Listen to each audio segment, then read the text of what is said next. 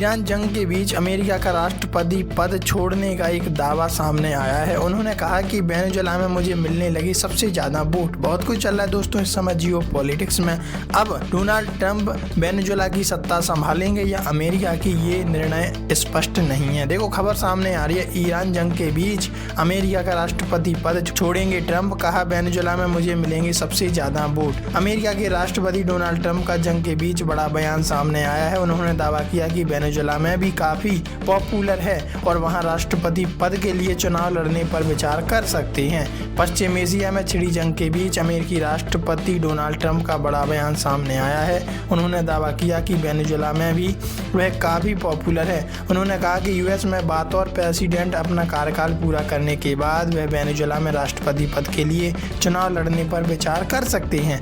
Venezuela में मेरी सबसे ज़्यादा लोकप्रिय। ट्रंप का एक बयान सोमवार 6 अप्रैल को एक प्रेस कॉन्फ्रेंस के दौरान मजाकिया अंदाज में आया। उन्होंने कहा कि वह वेनेजुएला में अब तक किसी भी नेता से ज्यादा लोकप्रियता पोल रेटिंग हासिल कर सकते हैं। उन्होंने यह बयान ऐसे समय में आया जब इसी साल जनवरी में अमेरिका ने मिलिट्री एक्शन के जरिए वेनेजुएला के राष्ट्रपति निकोलस मादुरो और उनकी पत्नी सिलिया फ्लोरेस को गिरफ्तार किया था और मादक पदार्थ की तस्करी के मामले का सामना करने के लिए अमेरिका लाया गया था। राष्ट्रपति पद का चुनाव लड़ूंगा। ट्रंप ने कहा कि वेनेजुएला के लोग कहते हैं कि अगर मैं वहां राष्ट्रपति पद के लिए चुनाव लड़ूं तो मेरी लोकप्रियता अब तक किसी भी व्यक्ति से ज़्यादा होगी।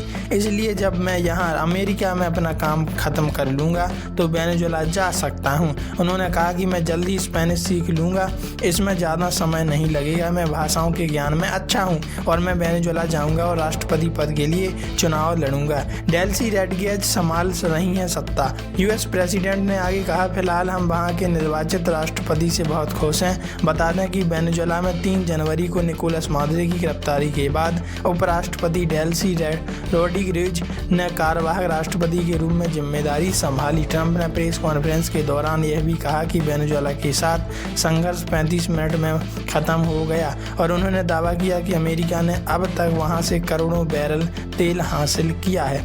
उन्होंने कहा कि वेनेजुएला को अच्छे लोग चला रहे हैं, हमारे संबंध अच्छे और हम उनके साझेदार हैं। हमने करोड़ों बैरल तेल हासिल किया जो ह्यूस्टन में रिफाइनर होकर तैयार है और इससे उस युद्ध की लागत अब तक कई बार वसूल की जा चुकी है। वैसे आप इस बारे में क्या राय रखते हैं? कमेंट में लिखकर जरूर बताइएगा।